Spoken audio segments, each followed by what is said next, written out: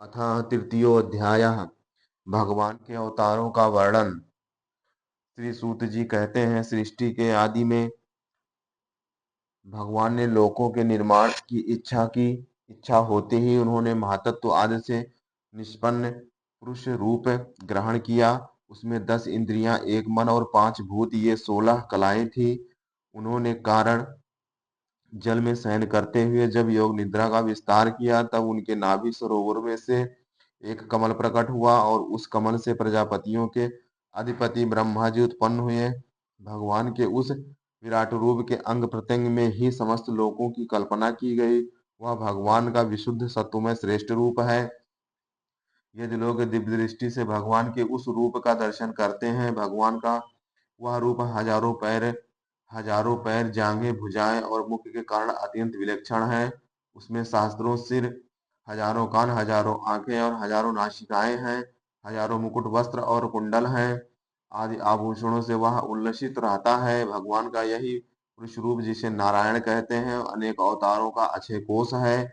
इसी से सारे अवतार प्रकट होते हैं। इस रूप के छोटे से छोटे अंश से देवता, पशु, पक्षी और मनुष्यादि योनियों की सृष्टि होती है। उन्हीं प्रभु ने पहले कौमार सर्ग में सनक, सनंदन, सनातन और संत कुमार, इन 4 ब्राह्मणों के रूप में अवतार ग्रहण करके अत्यंत कठिन अखंड ब्रह्मचर्य का पालन किया। दूसरी बार इस संसार के कल्याण के लिए समस्त यज्ञों के स्वामी उन भगवान ने ही रसातल में गई हुई पृथ्वी को निकाल लाने के विचार से शुकर रूप ग्रहण किया। ऋषियों की सृष्टि में उन्होंने देवाऋषि नारद के रूप से तीसरा अवतार ग्रहण किया और सातत्व तंत्र का, जिससे नारद पांचरात्र कहते हैं, उपदेश किया। उसमें कर्मों के द्वारा किस प्रकार कर्म बंधन से मुक्ति मिलती है, इसका वर्णन है। धर्मपत्नी मूर्ति के गर्भ से उन्होंने नर नारायण के रूप में चौथा अवतार ग्रहण किया। इस अवतार में उन्होंने ऋषि बनकर मन और इंद्रियों का सर्वथा संयम करके बड़ी कठिन तपस्या की। पांचवें अवतार में वे सिद्धों के स्वामी कपिल के रूप में प्रकट हुए और तत्वों का निर्णय करने वाले संख्या शास्त्र का, जो समय के फिर से लुप्त हो गया था, आसुरी नामक ब्राह्मणों के को उपदेश किया। अनुसुईया के वह वर मांगने पर छठे अवतार में वह अत्रि की संतान दत्तात्रेय हुए। इस अवतार में उन्होंने अलक एवं प्रहलाद आदि को ब्रह्म ज्ञान का उपदेश किया। सातवीं बार रुचि प्रजापति की आकुति नामक पत्नी से यज्ञ के रूप में उन्होंने अवतार ग्रहण किया और अपने पुत्र याम आदि देवताओं के साथ स्वयंभू मनवंतर की रक्षा की। जिस नाभि की पत्नी मेरु देवी के गर्भ से ऋषभ देव के रूप भगवान ने आठवां अवतार ग्रहण किया, उस रूप में उन्होंने परमहंसों का वह मार्ग, जो सभी आश्रमियों के लिए वंदनीय है, दिखाया। ऋषियों की प्रार्थना से 9वीं बार वे राजा पृथु के रूप में अवतीर्ण हुए। शौनकादि ऋषियों से इस अवतार में उन्होंने पृथ्वी से समस्त औषधियों का दोहन किया था। इससे वह यह अवतार सबके लिए बड़ा ही कल्याणकारी हुआ।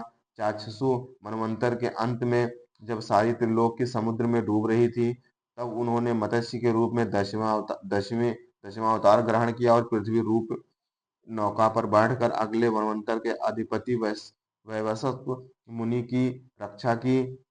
जिस समय देवता और दैत्य समुद्र मंथन कर रहे थे, उस समय 11वां अवतार धारण करके कच्छप रूप से भगवान ने मंदराचल को अपनी पीठ पर धारण किया। 12वीं बार धन्वंतरी के रूप में अमृत लेकर समुद्र से प्रकट हुए और 13वीं बार मोहिनी रूप धारण करके दैत्यों को मोहित करते हुए देवताओं को अमृत पिलाया। 14वें अवतार में उन्होंने नरसिंह रूप धारण किया और अत्यंत बलवान दैत्यराज हिरण्यकश्यप की छाती अपने नखों से अनायास इस प्रकार फाड़ डाली, जैसे चटाई बनाने वाला सीखों को चीर डालता है। 15वीं बार वामन का रूप धारण करके भगवान दैत्यराज बलि के यज्ञ में गए हुए चाहते तो थे त्रिलोकी की राज्य, परंतु मांगी उन्होंने केवल 3 पग पृथ्वी। 16वें परशुराम अवतार में जब उन्होंने देखा कि राजलोक ब्राह्मणों के द्रोही हो गए हैं, तब क्रोधित होकर उन्होंने पृथ्वी को 21 बार क्षत्रियों से शून्य कर दिया। इसके बाद 17वें अवतार में सत्यवती के गर्भ से परशुराम जी के द्वारा वह वे व्यास के रूप में अवतीर्ण हुए। उस समय लोगों की साझा और साधारण शक्ति कम करके धारण शक्ति कम देखकर अपने वेदरूप वृक्षा की कई शाखाएं बना दी। 18वीं बार देवताओं का कार्य संपन्न करने की इच्छा से उन्होंने राजा के रूप में रामावतार ग्रहण किया और सेतु बंधन, रावण वध आदि वीरता पूर्वक बहुत सी लीलाएं की। 19वें और 20वें अवतार में उन्होंने यदुवंश में बलराम और श्री कृष्ण के नाम से प्रकट होकर पृथ्वी का भार उतारा। उसके बाद कलयुग आ जाने पर मगध देश बिहार में देवताओं के देशी दैत्यों को मोहित करने के लिए अंजन के पुत्र रूप में आकर बुद्ध अवतार हो- बुद्ध अवतार होगा। उसके बाद भी बहुत पीछे, जब कलयुग का अंत समीप होगा और राजलोक प्रायः लुटेरे ही हो जाएंगे, तब जगत के रक्षक भगवान विष्णु यश नामक ब्राह्मणों के घर में कल के रूप में अवतीर्ण होंगे। शौनकादि ऋषियों जैसा अगाध सरोवरों से हजारों छोटे छोटे नाले निकलते हैं, वैसे ही सत्व निधि भगवान श्रीहर के असंख्य अवतार हुआ करते हैं। ऋषि, मनु, देवता, प्रजापति, मनुपुत्र और जितने भी महान शक्तिशाली, वे सब के सब भगवान के ही अंश हैं। ये सब अवतार तो भगवान के अंश अवतार अथवा कला अवतार हैं। परंतु भगवान श्री कृष्ण तो स्वयं भगवान अवतारी ही हैं। जब लोग दैत्यों के अत्याचार से व्याकुल हो उठते हैं, तब युग युग में अनेक रूप धारण करने करके भगवान उनकी रक्षा करते हैं। भगवान के दिव्य जन्मों की यह कथा अत्यंत गोपनीय रहस्यमयी है। जो मनुष्य एकाग्रचित्त से नियम पूर्वक सायंकाल और प्रातःकाल प्रेम से इसका पाठ करता है, वह सब दुखों से छूट जाता है। प्राकृतिक स्वरूप रहित चिन्मय भगवान का जो यह स्थूल जगदाकार रूप है, यह उनकी माया के महतत्व आदि गुणों से भगवान में ही कल्पित है।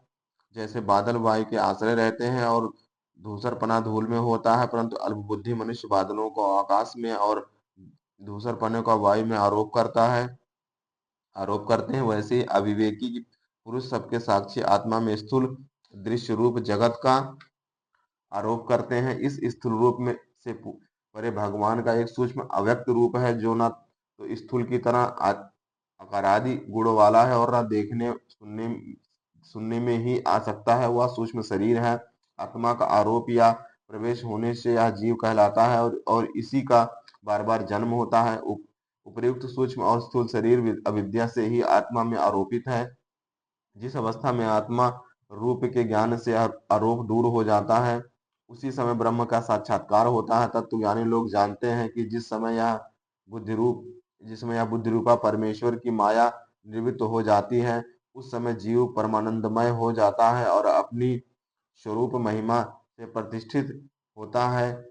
वास्तव में जिनके जन्म नहीं है और कर्म भी नहीं है, उन हृदयेश्वर भगवान के अपराकृत जन्म और कर्मों के तत्वज्ञानी लोग इसी प्रकार वर्णन करते हैं, क्योंकि उनके जन्म और कर्म वेदों के अत्यंत गोपनीय रहस्य हैं। भगवान की लीला अमोघ है। वे लीला से ही इस संसार का सृजन, पालन और संहार करते हैं, किंतु इसमें आसक्त नहीं होते। प्राणियों के अंतःकरण में छिपे रहकर ज्ञानेंद्रियों और मन के नियंता के रूप में उनके विषयों को ग्रहण भी करते हैं, परंतु उनसे अलग रहते हैं। वे परम स्वतंत्र हैं। ये विषय कभी उन्हें लिप्त नहीं कर सकते। जैसे अनजान मनुष्य जादूगर अथवा नट के संकल्प और वचनों से की हुई करामात को नहीं समझ पाता, वैसे ही अपने संकल्प और वेदवाणी के द्वारा भगवान के प्रकट किए हुए इन नाना नाम और रूपों को तथा उनकी लीलाओं को कुबुद्ध जीव पृथ्वी सी तर्क युक्तियों के द्वारा नहीं पहचान सकता। चक्रपाणि भगवान की शक्ति और पराक्रम अनंत है। उनकी कोई था नहीं पा सकता। वे सारे जगत के निर्माता होने पर भी उससे सर्वथा परे हैं। उनके स्वरूप को अथवा उनकी लीला के रहस्य को वही जान सकता है, जो नित्य निरंतर निष्कपट भाव से उनके चरण कमलों की दिव्य गंध का सेवन करता है, सेवा भाव से उनके चरणों का चिंतन करता है।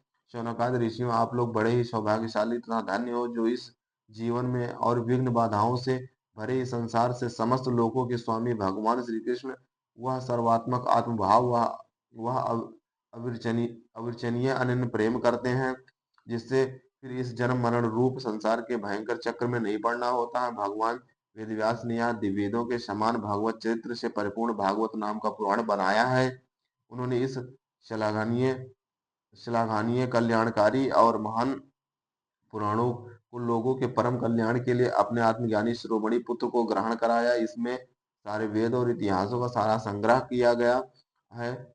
श्री सुखदेव जी ने राजा परीक्षित को यह सुनाया। उस समय वह परम ऋषियों से घिरे हुए आमरण अनशन का व्रत लेकर गंगा तट पर बैठे हुए थे। भगवान श्री कृष्ण जब धर्म ज्ञान आदि के साथ अपने परम धाम को पधार गए, तब इस कलयुग में जो लोग अज्ञान रूपी अंधकार से अंधे हो रहे हैं, उनके लिए यह पुराण रूपी सूर्य इस समय प्रकट हुआ। सौनकादि ऋषियों, जब महातेजस्वी श्री सुखदेव जी महाराज वहाँ इस पुराण की कथा कह रहे थे, तब मैं भी वहाँ बैठा था। वहीं मैंने उनकी कृपापूर्ण अनुमति से इसका अध्ययन किया। मेरा जैसा अध्ययन है और मेरी बुद्धि ने जितना जिस प्रकार इसको ग्रहण किया उसी के अनुसार इससे मैं आप लोगों को सुनाऊंगा। इस श्रीमद् भागवते महापुराणे पारमहंस्यां साहित्यां प्रथम स्कंधे नैमिषोपाख्याने तृतीयोऽध्यायः। जय श्री माधव, जय श्री माधव, जय जय श्री माधव।